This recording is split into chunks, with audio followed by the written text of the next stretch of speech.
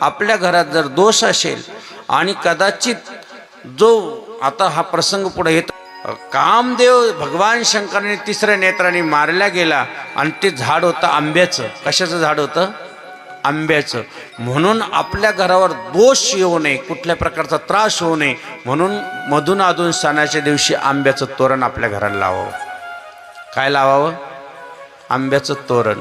त्याही पेक्षा पुढचं आहे की आपल्या घरात वास्तुशांती ज्यावेळेस होते आणि वास्तुशांतीमध्ये जर आंब्याचं लाकूड टाकलं तर आपल्या घरात कोणी कितीही प्रयत्न केला तर बाहेरचा दोष आपल्या घरात ते आंब्याचं लाकूड येऊ देत नाही. त्याला भगवान शंकराने वरदान दिलेलं आहे की बाबा माझ्याकडनं तू जळालेला आहे, परंतु तुला वरदान देतो, तुझं लाकूड जर कोणी नवचंडी यागामध्ये किंवा एखाद्या यज्ञात जर घरात टाकलं तर तुझ्या घरातला कुठल्याही प्रकारचा दोष मी ठेवणार नाही. म्हणून आंब्याचं लाकूड यज्ञात पाहिजे.